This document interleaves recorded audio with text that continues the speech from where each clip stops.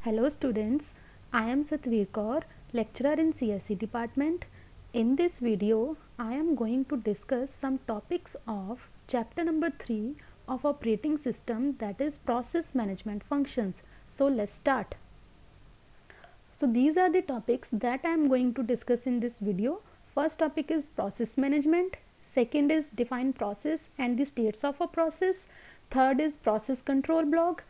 Fourth is define scheduler and types of scheduler. Next is define scheduling and types of scheduling, and last one is scheduling algorithms.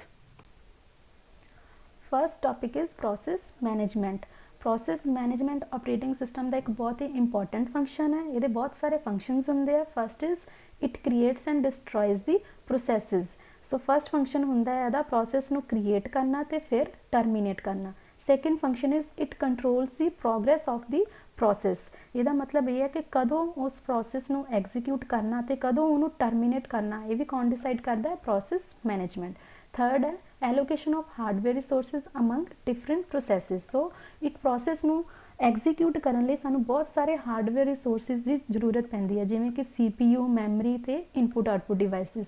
ਸੋ ਉਸ process ਨੂੰ ਕਦੋਂ ਇਹ hardware resources allocate ਕਰਨੇ ਆ, ਇਹ ਵੀ ਕੌਣ decide ਕਰਦਾ ਹੈ? Process management. ਸੋ ਸਭ ਤੋਂ ਪਹਿਲਾਂ ਅਸੀਂ ਦੇਖਾਂਗੇ what is the difference between a program and a process. So what is program? A program is a set of instructions written in a sequence to solve a particular program. Program ਕੀ ਹੁੰਦਾ? set of instructions। ਤੇ ਜਦੋਂ ਉਸ program ਦੀ execution start ਹੋ ਜਾਂਦੀ ਹੈ ਉਹ ਕੀ ਬਣ ਜਾਂਦਾ? ਇੱਕ process। So program under execution is called as a process। ਸੋ ਇਸ ਫਿਗਰ ਦੇ ਵਿੱਚ ਆਪਾਂ ਦੇਖ ਸਕਦੇ ਹਾਂ ਜਦੋਂ ਵੀ ਅਸੀਂ ਕੋਈ ਪ੍ਰੋਗਰਾਮ ਲਿਖਦੇ ਹਾਂ ਤਾਂ ਉਹ ਕਿਹਦੇ ਵਿੱਚ ਸੇਵ ਹੁੰਦਾ? ਸੈਕੰਡਰੀ ਮੈਮਰੀ ਦੇ ਵਿੱਚ। ਤੇ ਜਦੋਂ ਅਸੀਂ ਉਸ ਪ੍ਰੋਗਰਾਮ ਨੂੰ ਐਗਜ਼ੀਕਿਊਟ ਕਰਨਾ ਹੁੰਦਾ ਹੈ ਤਾਂ ਲੋਡਰ ਕੀ ਕਰਦਾ ਹੈ? ਉਸ ਪ੍ਰੋਗਰਾਮ ਨੂੰ ਸੈਕੰਡਰੀ ਮੈਮਰੀ ਚੋਂ ਪਿਕ ਕਰਕੇ ਕਿਹਦੇ ਵਿੱਚ ਟ੍ਰਾਂਸਫਰ ਕਰ ਦਿੰਦਾ? ਮੇਨ ਮੈਮਰੀ ਦੇ ਵਿੱਚ। ਸੋ ਇਸ ਫਿਗਰ ਦੇ ਵਿੱਚ ਦੇਖ ਸਕਦੇ ਹਾਂ ਪ੍ਰੋਗਰਾਮ 1 ਨੂੰ ਮੇਨ ਮੈਮਰੀ ਦੇ ਵਿੱਚ ਪ੍ਰੋਸੈਸ 1 ਕਿਹਾ ਜਾਂਦਾ ਹੈ। Program 2 is process 2, program 3 is process 3 and program 4 is process 4। So ਇਸ ਪ੍ਰੋਸੈਸ ਨੂੰ ਐਗਜ਼ੀਕਿਊਸ਼ਨ ਲਈ ਸਾਨੂੰ CPU ਦੀ ਲੋੜ ਪੈਂਦੀ ਹੈ। ਤਾਂ CPU ਕੀ ਕਰਦਾ ਹੈ? 1 by 1 ਮੇਨ ਮੈਮਰੀ ਦੇ ਵਿੱਚੋਂ ਪ੍ਰੋਸੈਸਿਸ ਪਿਕ ਕਰਦਾ ਹੈ ਤੇ ਫਿਰ ਉਹਨਾਂ ਨੂੰ ਐਗਜ਼ੀਕਿਊਟ ਕਰ ਦਿੰਦਾ ਹੈ। ਤਾਂ CPU ਕੀ ਕਰੂਗਾ? ਸਭ ਤੋਂ ਪਹਿਲਾਂ ਪ੍ਰੋਸੈਸ 1 ਨੂੰ ਪਿਕ ਕਰੂਗਾ, ਉਹਨੂੰ ਐਗਜ਼ੀਕਿਊਟ ਕਰੂਗਾ, ਫਿਰ ਪ੍ਰੋਸੈਸ 2 ਨੂੰ ਪਿਕ ਕਰੂਗਾ, ਉਹਨੂੰ ਐਗਜ਼ੀਕਿਊਟ ਕਰੂਗਾ ਐਂਡ ਸੋ ਔਨ। ਸੋ ਇਹ ਸਾਰੀਆਂ ਚੀਜ਼ਾਂ ਕਿਹਦੇ ਅੰਡਰ ਆਉਂਦੀਆਂ? Process management functions of operating system. Next topic is states of a process. So ਇੱਕ ਪ੍ਰੋਸੈਸ ਦੀਆਂ ਸਾਡੇ ਕੋਲ 4 ਸਟੇਟਸ ਹੁੰਦੀਆਂ। First is dormant state, second is ready state, third is running state and fourth is suspended state. So the first state is dormant state.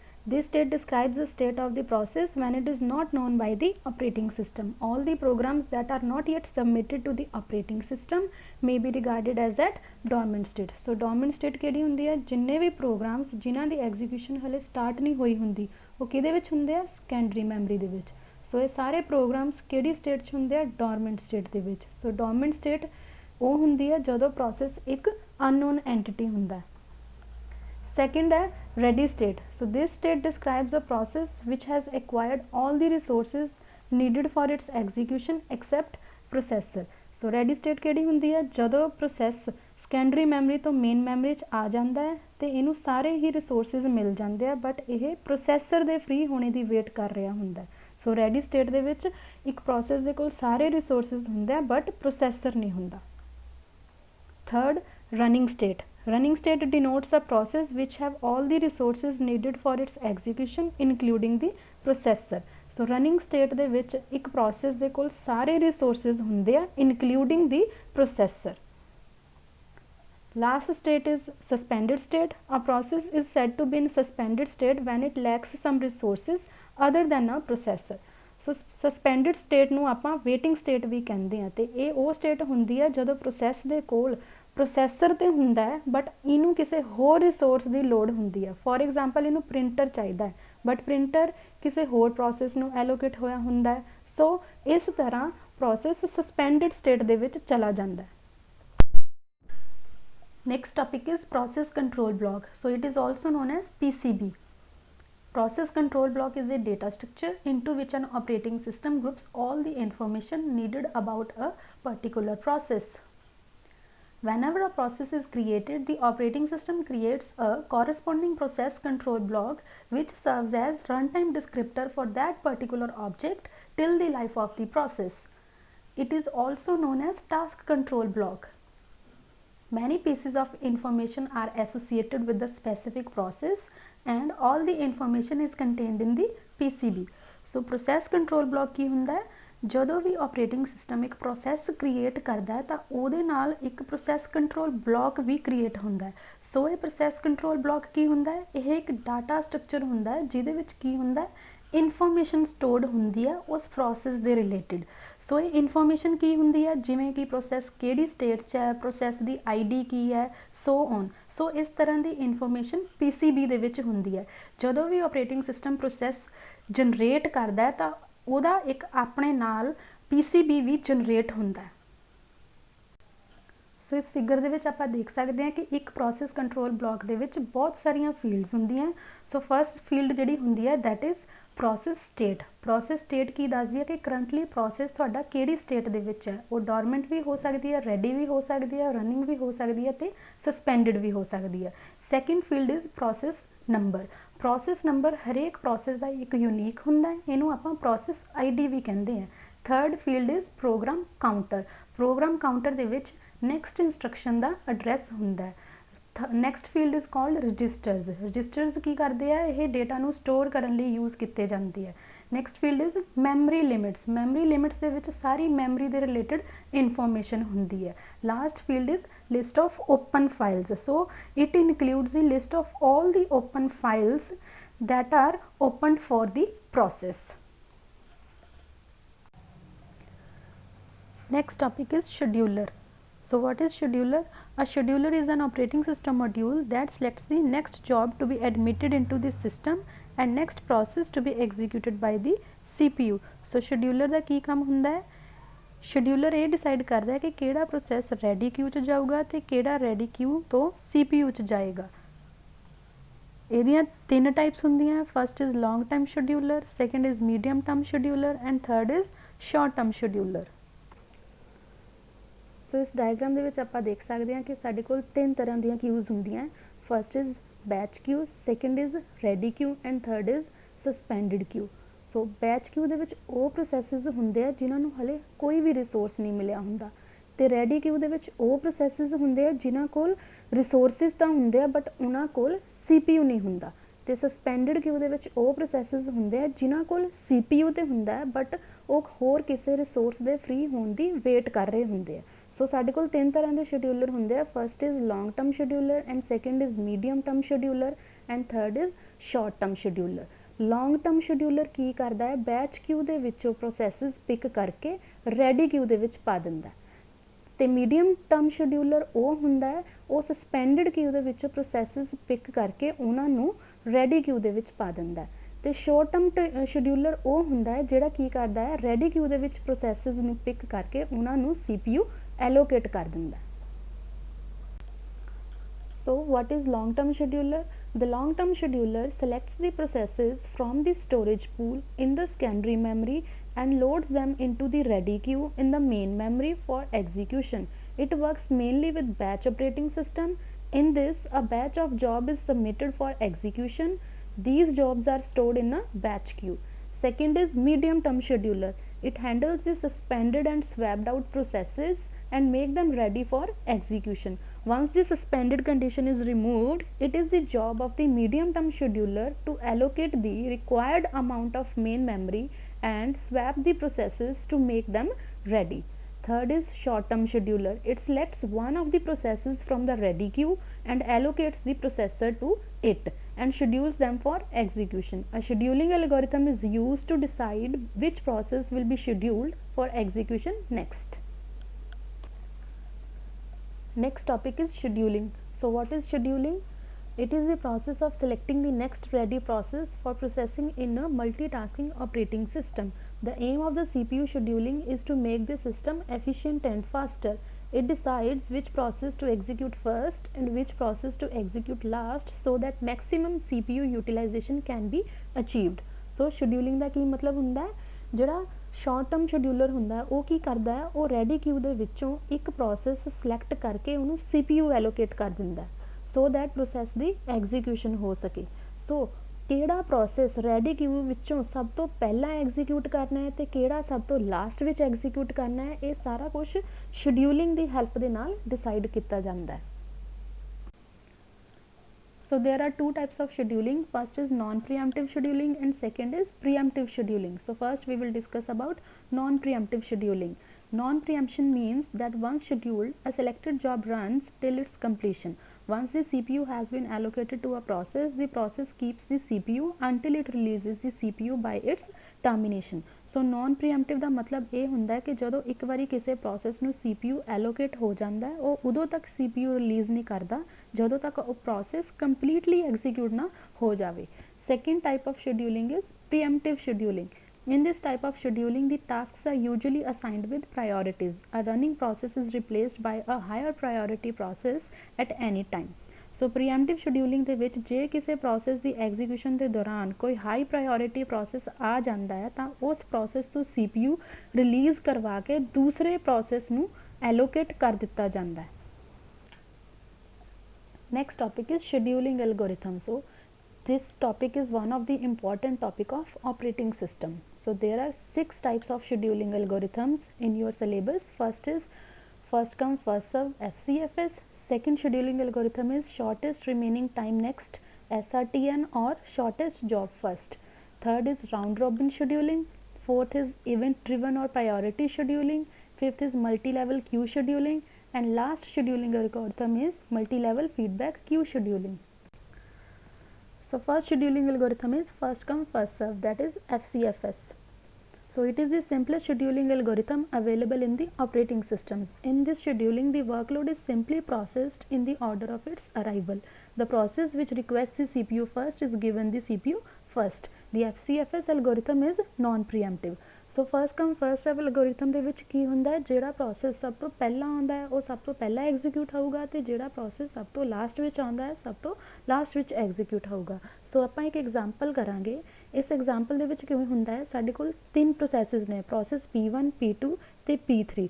ਸਭ ਤੋਂ ਪਹਿਲਾਂ ਸਾਡੇ ਕੋਲ ਕਿਹੜਾ ਪ੍ਰੋਸੈਸ ਆਇਆ ਹੈ, ਪ੍ਰੋਸੈਸ P1, ਉਸ ਤੋਂ ਬਾਅਦ P2 ਆਇਆ ਤੇ ਉਸ ਤੋਂ ਬਾਅਦ P3 ਆਇਆ। P1 ਦਾ ਬਰਸਟ ਟਾਈਮ ਹੈਗਾ 24, P2 ਦਾ ਬਰਸਟ ਟਾਈਮ ਹੈ 3 ਤੇ P3 ਦਾ ਬਰਸਟ ਟਾਈਮ ਵੀ 3 ਹੈ। ਬਰਸਟ ਟਾਈਮ ਕੀ ਹੁੰਦਾ ਹੈ, ਇੱਕ ਪ੍ਰੋਸੈਸ ਨੂੰ ਐਗਜ਼ੀਕਿਊਟ ਕਰਨ ਲਈ ਜਿੰਨਾ ਟਾਈਮ ਲੱਗਦਾ ਹੈ ਉਹਨੂੰ ਆਪਾਂ ਬਰਸਟ ਟਾਈਮ ਕਹਿੰਦੇ ਹਾਂ। ਸੋ ਆਪਾਂ ਇੱਕ ਇਹਦਾ ਗੈਂਟ ਚਾਰਟ ਡਰਾ ਕਰਨਾ ਹੈ ਤੇ ਇਹਦਾ ਇੱਕ ਐਵਰੇਜ ਵੇਟਿੰਗ ਟਾਈਮ ਕੈਲਕੂਲੇਟ ਕਰਨਾ ਹੈ ਤੇ ਐਵਰੇਜ ਕੰਪਲੀਸ਼ਨ ਟਾਈਮ ਕੈਲਕੂਲੇਟ ਕਰਨਾ ਹੈ, ਜੋ ਅਸੀਂ ਨੈਕਸਟ ਸਲਾਈਡ ਦੇ ਵਿੱਚ ਕਰਾਂਗੇ। ਸੋ ਸਾਡੇ ਕੋਲ 3 ਪ੍ਰੋਸੈਸਿਸ ਨੇ, ਪ੍ਰੋਸੈਸ P1, ਪ੍ਰੋਸੈਸ P2 ਤੇ ਪ੍ਰੋਸੈਸ P3। P1 ਦਾ ਬਰਸਟ ਟਾਈਮ 24 ਹੈ, P2 ਦਾ ਬਰਸਟ ਟਾਈਮ 3 ਹੈ ਤੇ P3 ਦਾ ਵੀ ਬਰਸਟ ਟਾਈਮ 3 ਹੈ। ਸੋ ਸਭ ਤੋਂ ਪਹਿਲਾਂ ਅਸੀਂ ਕੀ ਕਰਾਂਗੇ, ਗੈਂਟ ਚਾਰਟ ਡਰਾ ਕਰਾਂਗੇ।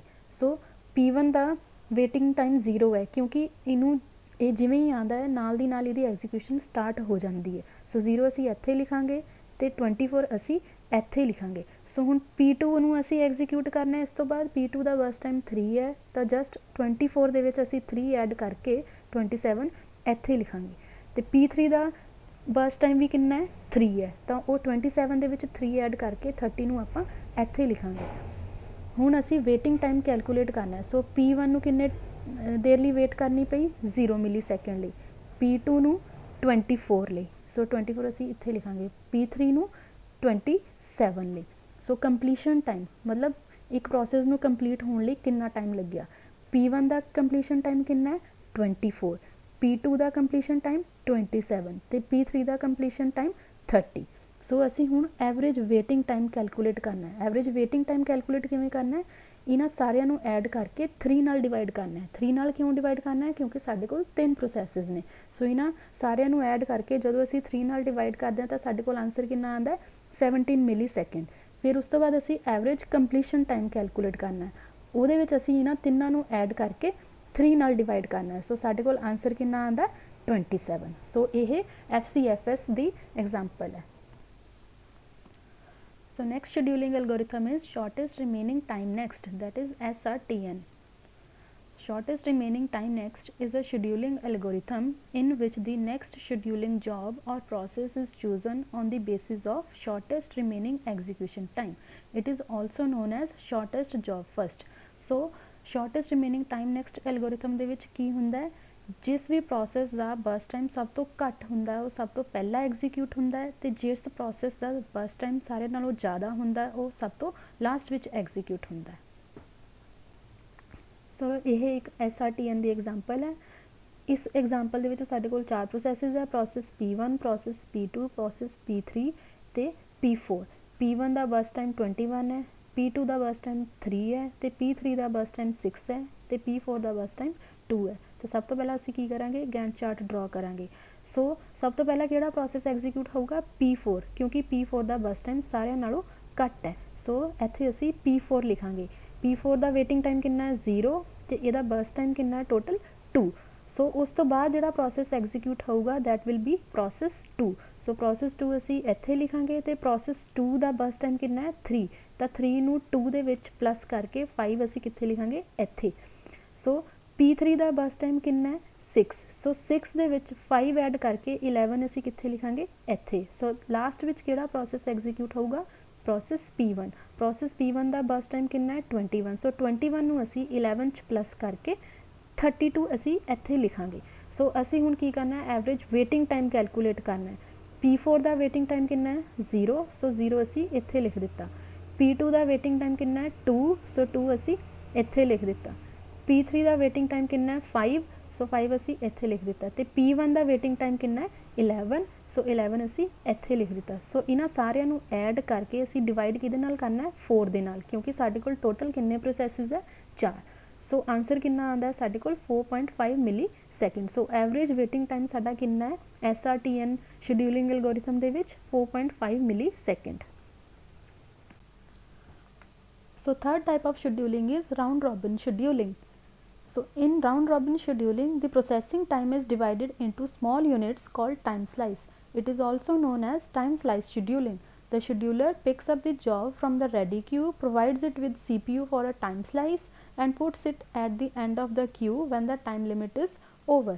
सो राउंड रॉबिन शेड्यूलिंग ਦੇ ਵਿੱਚ ਪ੍ਰੋਸੈਸ ਨੂੰ ਇੱਕ ਫਿਕਸਡ ਟਾਈਮ ਸਲਾਈਸ ਦੇ ਅੰਡਰ ਹੀ ਐਗਜ਼ੀਕਿਊਟ ਕੀਤਾ ਜਾਂਦਾ ਹੈ। ਸੋ ਇਸੇ ਕਰਕੇ ਇਹਨੂੰ ਆਪਾਂ ਟਾਈਮ ਸਲਾਈਸ ਸ਼ੈਡਿਊਲਿੰਗ ਵੀ ਕਹਿੰਦੇ ਹਾਂ। ਸੋ ਇਹ ਰਾउंड ਰॉबिन ਸ਼ੈਡਿਊਲਿੰਗ ਦੀ ਐਗਜ਼ਾਮਪਲ ਹੈ। ਇਹਦੇ ਵਿੱਚ ਵੀ ਆਪਾਂ 3 ਪ੍ਰੋਸੈਸਿਸ ਲਵਾਂਗੇ, P1, P2 ਤੇ P3। P1 ਦਾ ਬਰਸਟ ਟਾਈਮ 24 ਹੈ, P2 ਦਾ ਬਰਸਟ ਟਾਈਮ 3 ਹੈ ਤੇ P3 ਦਾ ਬਰਸਟ ਟਾਈਮ ਵੀ 3 ਹੈ। ਇੱਕ ਅਸੀਂ ਫਿਕਸਡ ਟਾਈਮ ਕੁਆਂਟਮ ਸਿਲੈਕਟ ਕਰਾਂਗੇ, ਇਹਦੇ ਵਿੱਚ 4 ਮਿਲੀ ਸੈਕਿੰਡਸ ਦਾ। ਹੁਣ ਆਪਾਂ ਕੀ ਕਰਨਾ ਹੈ, ਗੈਂਟ ਚਾਰਟ ਡਰਾ ਕਰਨਾ ਹੈ। ਸਭ ਤੋਂ ਪਹਿਲਾਂ ਅਸੀਂ P1 ਨੂੰ ਐਗਜ਼ੀਕਿਊਟ ਕਰਨਾ ਹੈ 4 ਮਿਲੀ ਸੈਕਿੰਡਸ ਲਈ, ਕਿਉਂਕਿ ਆਪਾਂ ਟਾਈਮ ਕੁਆਂਟਮ ਕਿੰਨਾ ਸਿਲੈਕਟ ਕੀਤਾ ਹੈ 4 ਮਿਲੀ ਸੈਕਿੰਡਸ ਦਾ। ਸੋ 24 ਦੇ ਵਿੱਚੋਂ 4 ਮਿਲੀ ਸੈਕਿੰਡਸ ਦਾ ਪ੍ਰੋਸੈਸ 1 ਐਗਜ਼ੀਕਿਊਟ ਹੋਊਗਾ। ਉਸ ਤੋਂ ਬਾਅਦ ਕਿਹੜਾ ਪ੍ਰੋਸੈਸ ਐਗਜ਼ੀਕਿਊਟ ਹੋਊਗਾ, P2। P2 ਦਾ ਬਰਸਟ ਟਾਈਮ ਕਿੰਨਾ ਹੈ 3, ਸੋ 3 ਨੂੰ ਅਸੀਂ 4 'ਚ ਐਡ ਕਰਕੇ 7 ਅਸੀਂ ਇੱਥੇ ਲਿਖਾਂਗੇ। P3 ਦਾ ਬਰਸਟ ਟਾਈਮ ਵੀ ਕਿੰਨਾ ਹੈ 3, ਸੋ 7 ਦੇ ਵਿੱਚ ਅਸੀਂ 3 ਪਲੱਸ ਕਰਕੇ 10 ਅਸੀਂ ਕਿੱਥੇ ਲਿਖਾਂਗੇ ਇੱਥੇ। ਉਸ ਤੋਂ ਬਾਅਦ ਦੁਬਾਰਾ ਫੇਰ ਕਿਹਦੀ ਐਗਜ਼ੀਕਿਊਸ਼ਨ ਸਟਾਰਟ ਹੋਊਗੀ, P1 ਦੀ, ਕਿਉਂਕਿ P1 24 ਦੇ ਵਿੱਚੋਂ ਸਿਰਫ 4 ਮਿਲੀ ਸੈਕਿੰਡਸ ਲਈ ਹੀ ਐਗਜ਼ੀਕਿਊਟ ਹੋਇਆ ਸੀ ਪਹਿਲਾਂ। ਹੁਣ P1 ਦੀ ਐਗਜ਼ੀਕਿਊਸ਼ਨ ਲਈ ਅਸੀਂ ਕੀ ਕਰਾਂਗੇ, 10 ਦੇ ਵਿੱਚ ਅਸੀਂ 4 ਪਲੱਸ ਕਰਾਂਗੇ ਤੇ 14 ਅਸੀਂ ਕਿੱਥੇ ਲਿਖਾਂਗੇ ਇੱਥੇ। ਫਿਰ ਉਸ ਤੋਂ ਬਾਅਦ 14 ਦੇ ਵਿੱਚ 4 ਪਲੱਸ ਕਰਕੇ 18 ਅਸੀਂ ਕਿੱਥੇ ਲਿਖਾਂਗੇ ਇੱਥੇ। ਇਹ ਅਸੀਂ ਉਦੋਂ ਤੱਕ ਕਰਨਾ ਜਦੋਂ ਤੱਕ ਸਾਡਾ ਪ੍ਰੋਸੈਸ P1 ਪੂਰੇ 24 ਮਿਲੀ ਸੈਕਿੰਡਸ ਲਈ ਐਗਜ਼ੀਕਿਊਟ ਨਹੀਂ ਹੋ ਜਾਊਗਾ। ਸੋ 18 + 4 = 22, 22 + 4 = 26 ਤੇ 26 + 4 = 30। ਹੁਣ ਅਸੀਂ ਕੀ ਕਰਨਾ ਹੈ, ਵੇਟਿੰਗ ਟਾਈਮ ਤੇ ਕੰਪਲੀਸ਼ਨ ਟਾਈਮ ਕੈਲਕੂਲੇਟ ਕਰਨਾ ਹੈ। ਸਭ ਤੋਂ ਪਹਿਲਾਂ ਅਸੀਂ ਵੇਟਿੰਗ ਟਾਈਮ ਕੈਲਕੂਲੇਟ ਕਰਾਂਗੇ। ਸੋ P1 ਪਹਿਲਾਂ 4 ਮਿਲੀ ਸੈਕਿੰਡ ਲਈ ਐਗਜ਼ੀਕਿਊਟ ਹੁੰਦਾ ਹੈ, ਉਸ ਤੋਂ ਬਾਅਦ ਉਹਦੀ ਐਗਜ਼ੀਕਿਊਸ਼ਨ 10 ਮਿਲੀ ਸੈਕਿੰਡਸ ਤੋਂ ਬਾਅਦ ਸਟਾਰਟ ਹੁੰਦੀ ਹੈ। ਸੋ ਅਸੀਂ ਇਹਦਾ ਵੇਟਿੰਗ ਟਾਈਮ ਕੈਲਕੂਲੇਟ ਕਰਨ ਲਈ 10 - 4 ਕਰਾਂਗੇ। ਸੋ ਇੱਥੇ ਕੀ ਆ ਗਿਆ, P1 ਦਾ ਵੇਟਿੰਗ ਟਾਈਮ 6। ਸੋ P2 ਨੂੰ ਵੇਟ ਕਿੰਨਾ ਕਰਨਾ ਪਿਆ 4 ਮਿਲੀ ਸੈਕਿੰਡਸ ਦਾ, ਅਤੇ P3 ਨੂੰ ਵੇਟ ਕਿੰਨਾ ਕਰਨਾ ਪਿਆ 7 ਦਾ। ਸੋ 7 ਅਸੀਂ ਇੱਥੇ ਲਿਖ ਦਾਂਗੇ। ਹੁਣ ਉਸ ਤੋਂ ਬਾਅਦ ਅਸੀਂ ਕੰਪਲੀਸ਼ਨ ਟਾਈਮ ਕੈਲਕੂਲੇਟ ਕਰਨਾ ਹੈ। P1 ਦਾ ਕੰਪਲੀਸ਼ਨ ਟਾਈਮ ਕਿੰਨਾ ਹੈ 30, P2 ਦਾ ਕੰਪਲੀਸ਼ਨ ਟਾਈਮ ਕਿੰਨਾ ਹੈ 7 ਅਤੇ P3 ਦਾ ਕੰਪਲੀਸ਼ਨ ਟਾਈਮ ਕਿੰਨਾ ਹੈ 10। सो सब तो पहला असी की करना है, एवरेज वेटिंग टाइम कैलकुलेट करना है। ਉਹਦੇ ਵਿੱਚ ਅਸੀਂ ਕੀ ਕਰਾਂਗੇ, ਇਹਨਾਂ ਤਿੰਨਾਂ ਨੂੰ ਐਡ ਕਰਕੇ 3 ਨਾਲ ਡਿਵਾਈਡ ਕਰ ਦਾਂਗੇ। ਸੋ ਆਨਸਰ ਸਾਡੇ ਕੋਲ ਕਿੰਨਾ ਆਉਂਦਾ ਹੈ 5.67। ਸੋ ਉਸ ਤੋਂ ਬਾਅਦ ਅਸੀਂ ਐਵਰੇਜ ਕੰਪਲੀਸ਼ਨ ਟਾਈਮ ਕੈਲਕੂਲੇਟ ਕਰਨਾ ਹੈ। ਉਹਦੇ ਵਿੱਚ ਅਸੀਂ ਇਹਨਾਂ ਤਿੰਨਾਂ ਨੂੰ ਐਡ ਕਰਕੇ 3 ਨਾਲ ਡਿਵਾਈਡ ਕਰ ਦਾਂਗੇ ਤੇ ਆਨਸਰ ਸਾਡੇ ਕੋਲ ਕਿੰਨਾ ਆਉਂਦਾ ਹੈ 15.67। ਸੋ ਇਹ ਰਾਊਂਡ ਰੋਬਿਨ ਸ਼ਡਿਊਲਿੰਗ ਦੀ ਐਗਜ਼ਾਮਪਲ ਹੈ। So next type of scheduling algorithm is priority or event driven scheduling. So in this algorithm, each process in a system is assigned with the priority and the scheduler always choose the highest priority ready process. In the selection process, when more than one process contain equal priorities, then first come first serve is used to choose one of the contending process. So priority scheduling ਦੇ ਵਿੱਚ ਸਾਰੇ processes ਦੀ ਇੱਕ priority ਹੁੰਦੀ ਹੈ। ਜਿਸ process ਦੀ priority ਸਭ ਤੋਂ high ਹੈ ਉਹ ਸਭ ਤੋਂ ਪਹਿਲਾਂ ਐਗਜ਼ੀਕਿਊਟ ਹੋਊਗਾ ਅਤੇ ਜਿਸ ਪ੍ਰੋਸੈਸ ਦੀ ਪ੍ਰਾਇਓਰਿਟੀ ਸਭ ਤੋਂ ਲੋ ਹੈ ਉਹ ਸਭ ਤੋਂ ਬਾਅਦ ਵਿੱਚ ਐਗਜ਼ੀਕਿਊਟ ਹੋਊਗਾ। ਜੇ ਦੋ ਪ੍ਰੋਸੈਸਿਸ ਦੀ ਪ੍ਰਾਇਓਰਿਟੀ ਸੇਮ ਹੋਊਗੀ ਤਾਂ ਜਿਹੜਾ ਸਭ ਤੋਂ ਪਹਿਲਾ ਪ੍ਰੋਸੈਸ ਆਇਆ ਹੈ ਉਹ ਸਭ ਤੋਂ ਪਹਿਲਾਂ ਐਗਜ਼ੀਕਿਊਟ ਹੋਊਗਾ। ਸੋ ਇਹ ਪ੍ਰਾਇਓਰਿਟੀ ਸ਼ਡਿਊਲਿੰਗ ਦੀ ਐਗਜ਼ਾਮਪਲ ਹੈ। ਇਹਦੇ ਵਿੱਚ ਸਾਡੇ ਕੋਲ 4 ਪ੍ਰੋਸੈਸਿਸ ਨੇ P1, P2, P3 ਅਤੇ P4। P1 ਦਾ ਬਸ ਟਾਈਮ 21 ਹੈ, P2 ਦਾ 3, P3 ਦਾ 6 ਹੈ ਅਤੇ P4 ਦਾ 2 ਹੈ। P1 ਦੀ ਪ੍ਰਾਇਓਰਿਟੀ 2 ਹੈ, P2 ਦੀ ਪ੍ਰਾਇਓਰਿਟੀ 1 ਹੈ, P3 ਦੀ ਪ੍ਰਾਇਓਰਿਟੀ 4 ਹੈ ਅਤੇ P4 ਦੀ ਪ੍ਰਾਇਓਰਿਟੀ 3 ਹੈ। ਸੋ ਸਭ ਤੋਂ ਪਹਿਲਾਂ ਅਸੀਂ P2 ਐਗਜ਼ੀਕਿਊਟ ਕਰਾਂਗੇ ਕਿਉਂਕਿ P2 ਦੀ ਪ੍ਰਾਇਓਰਿਟੀ ਸਭ ਤੋਂ ਹਾਈ ਹੈ, ਦੈਟ ਇਜ਼ 1। ਸੋ P2 ਨੂੰ ਅਸੀਂ ਇੱਥੇ ਲਿਖਾਂਗੇ ਅਤੇ P2 ਦਾ ਬਸ ਟਾਈਮ ਕਿੰਨਾ ਹੈ 3, ਸੋ 3 ਅਸੀਂ ਇੱਥੇ ਲਿਖਾਂਗੇ। ਉਸ ਤੋਂ ਬਾਅਦ ਜਿਹੜਾ ਪ੍ਰੋਸੈਸ ਐਗਜ਼ੀਕਿਊਟ ਹੋਊਗਾ ਦੈਟ ਇਜ਼ ਪ੍ਰੋਸੈਸ P1 ਕਿਉਂਕਿ P1 ਦੀ ਪ੍ਰਾਇਓਰਿਟੀ 2 ਹੈ ਅਤੇ ਇਹਦਾ ਬਸ ਟਾਈਮ ਕਿੰਨਾ ਹੈ 21 ਅਤੇ 21 ਨੂੰ ਅਸੀਂ 3 ਦੇ ਵਿੱਚ ਪਲੱਸ ਕਰਕੇ 24 ਅਸੀਂ ਇੱਥੇ ਲਿਖਾਂਗੇ। ਉਸ ਤੋਂ ਬਾਅਦ ਅਸੀਂ ਜਿਹੜਾ ਪ੍ਰੋਸੈਸ ਐਗਜ਼ੀਕਿਊਟ ਕਰਨਾ ਹੈ ਦੈਟ ਇਜ਼ ਪ੍ਰੋਸੈਸ P4 ਕਿਉਂਕਿ ਇਹਦੀ ਪ੍ਰਾਇਓਰਿਟੀ ਕਿੰਨੀ ਹੈ 3 ਅਤੇ ਇਹਦਾ ਬਸ ਟਾਈਮ ਕਿੰਨਾ ਹੈ 2। ਸੋ 2 ਨੂੰ ਅਸੀਂ 24 'ਚ ਪਲੱਸ ਕਰਕੇ 26 ਇੱਥੇ ਲਿਖਾਂਗੇ ਅਤੇ ਉਸ ਤੋਂ ਬਾਅਦ P3 ਦੀ ਐਗਜ਼ੀਕਿਊਸ਼ਨ ਸਟਾਰਟ ਹੋਊਗੀ ਕਿਉਂਕਿ P3 ਦੀ ਪ੍ਰਾਇਓਰਿਟੀ ਕੀ ਹੈ ਸਭ ਤੋਂ ਲੋ ਹੈ, that is 4। So P3 the bus time ਕਿੰਨਾ ਹੈ 6। ਸੋ 6 ਨੂੰ ਅਸੀਂ 26 'ਚ ਪਲੱਸ ਕਰਕੇ 32 ਇੱਥੇ ਲਿਖਾਂਗੇ। ਹੁਣ ਅਸੀਂ ਕੀ ਕਰਨਾ ਹੈ ਐਵਰੇਜ ਵੇਟਿੰਗ ਟਾਈਮ ਕੈਲਕੂਲੇਟ ਕਰਨਾ ਹੈ। P2 ਦਾ ਵੇਟਿੰਗ ਟਾਈਮ ਕਿੰਨਾ ਹੈ 0, so 0 is written here. P1 ਦਾ ਵੇਟਿੰਗ ਟਾਈਮ ਕਿੰਨਾ ਹੈ 3, so 3 is written hair.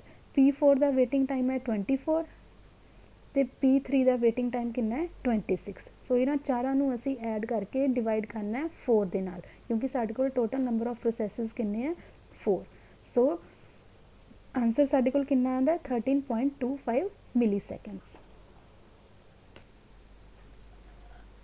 So next type of scheduling is multi-level queue scheduling. It is suitable for the environments where multiple users are working on systems of various configurations to fulfill various needs. It partitions the ready queue into 3 separate queues, namely high priority, medium priority and low priority queues. System processes are placed in high priority queue and event driven scheduling is used inside this queue. Interactive processes are placed in the medium priority queue and round robin scheduling is used inside this queue. Batch processes are placed in low priority queue and first come first serve scheduling is used in this queue. So multi level queue scheduling ਦੇ ਵਿੱਚ ਕੀ ਹੁੰਦਾ ਹੈ, ਆਪਾਂ ready ਕਿਊ ਨੂੰ 3 separate ਕਿਊਜ਼ ਦੇ ਵਿੱਚ divide ਕਰ ਦਿੰਦੇ ਹਾਂ। ਫਸਟ ਕਿਊ ਨੂੰ ਆਪਾਂ ਹਾਈ ਪ੍ਰਾਇਓਰਿਟੀ ਕਿਊ ਕਹਿੰਦੇ ਹਾਂ, ਸੈਕਿੰਡ ਨੂੰ ਮੀਡੀਅਮ ਪ੍ਰਾਇਓਰਿਟੀ ਕਿਊ ਅਤੇ ਥਰਡ ਕਿਊ ਨੂੰ ਲੋ ਪ੍ਰਾਇਓਰਿਟੀ ਕਿਊ। ਸੋ ਇਹ ਮਲਟੀ ਲੈਵਲ ਕਿਊ ਸ਼ਡਿਊਲਿੰਗ ਦਾ ਡਾਇਗਰਾਮ ਹੈ। ਇਸ ਡਾਇਗਰਾਮ 'ਚ ਅਸੀਂ ਦੇਖ ਸਕਦੇ ਹਾਂ ਕਿ ਰੈਡੀ ਕਿਊ ਨੂੰ 3 ਕਿਊਜ਼ ਦੇ ਵਿੱਚ ਡਿਵਾਈਡ ਕੀਤਾ ਗਿਆ ਹੈ। First queue is called high priority queue, second is medium priority queue ਅਤੇ third is low priority queue. System processes ਜਿਹੜੇ ਹੁੰਦੇ ਆ ਉਹਨਾਂ ਨੂੰ ਆਪਾਂ ਹਾਈ ਪ੍ਰਾਇਓਰਿਟੀ ਕਿਊ ਦੇ ਵਿੱਚ ਰੱਖਦੇ ਹਾਂ, ਇੰਟਰੈਕਟਿਵ ਪ੍ਰੋਸੈਸਿਸ ਨੂੰ ਮੀਡੀਅਮ ਪ੍ਰਾਇਓਰਿਟੀ ਕਿਊ ਦੇ ਵਿੱਚ ਰੱਖਿਆ ਹੋਇਆ ਅਤੇ ਬੈਚ ਪ੍ਰੋਸੈਸਿਸ ਨੂੰ ਲੋ ਪ੍ਰਾਇਓਰਿਟੀ ਕਿਊ ਦੇ ਵਿੱਚ ਰੱਖਿਆ ਹੋਇਆ। ਸਿਸਟਮ ਪ੍ਰੋਸੈਸਿਸ ਲਈ ਅਸੀਂ ਈਵੈਂਟ ਡਰਿਵਨ ਸ਼ਡਿਊਲਿੰਗ ਯੂਜ਼ ਕਰਦੇ ਹਾਂ, ਮੀਡੀਅਮ ਪ੍ਰਾਇਓਰਿਟੀ ਕਿਊ ਦੇ ਲਈ ਰਾਊਂਡ ਰੋਬਿਨ ਸ਼ਡਿਊਲਿੰਗ ਯੂਜ਼ ਹੋ ਰਹੀ ਹੈ ਅਤੇ ਲੋ ਪ੍ਰਾਇਓਰਿਟੀ ਕਿਊ ਲਈ FCFS ਸ਼ਡਿਊਲਿੰਗ ਯੂਜ਼ ਹੋ ਰਹੀ ਹੈ। ਇਹ ਤਿੰਨੋਂ ਹੀ ਸ਼ਡਿਊਲਿੰਗ ਐਲਗੋਰਿਥਮਸ ਕੀ ਕਰਦੇ ਆ, ਪ੍ਰੋਸੈਸਿਸ ਨੂੰ ਇਹਨਾਂ ਕਿਊਜ਼ ਦੇ ਵਿੱਚੋਂ ਚੂਜ਼ ਕਰਕੇ CPU ਨੂੰ ਐਲੋਕੇਟ ਕਰ ਦਿੰਦੇ ਆ। So last type of scheduling is multi level feedback queue scheduling. It is similar to multi-level queue scheduling except it provides movement of processes between various queues. This means a process can move from one queue to other queue. In this scheduling, the processes are separated on the basis of their CPU requirements. If a process used too much of CPU time, it is moved to the low priority queue. So multi-level feedback queue scheduling multi-level queue scheduling वांग ही ਹੁੰਦੀ ਹੈ। ਇਹਦੇ ਵਿੱਚ ਕੀ ਹੈ, processes ਇੱਕ ਕਿਊ ਤੋਂ ਦੂਸਰੀ ਕਿਊ ਦੇ ਵਿੱਚ ਮੂਵ ਕਰ ਸਕਦੇ ਹੈ। ਸਪੋਜ਼ ਕੋਈ ਪ੍ਰੋਸੈਸ ਬਹੁਤ ਜ਼ਿਆਦਾ CPU ਟਾਈਮ ਲੈ ਰਿਹਾ ਹੈ ਤਾਂ ਉਸ ਪ੍ਰੋਸੈਸ ਨੂੰ ਫਿਰ ਲੋ ਪ੍ਰਾਇਓਰਿਟੀ ਕਿਊ ਦੇ ਵਿੱਚ ਮੂਵ ਕਰ ਦਿੱਤਾ ਜਾਂਦਾ ਹੈ। ਸੋ ਇਸ ਨੂੰ ਮਲਟੀ ਲੈਵਲ ਫੀਡਬੈਕ ਕਿਊ ਸ਼ਡਿਊਲਿੰਗ ਕਹਿੰਦੇ ਆ। ਸੋ ਇਹ ਰਾਊਂਡ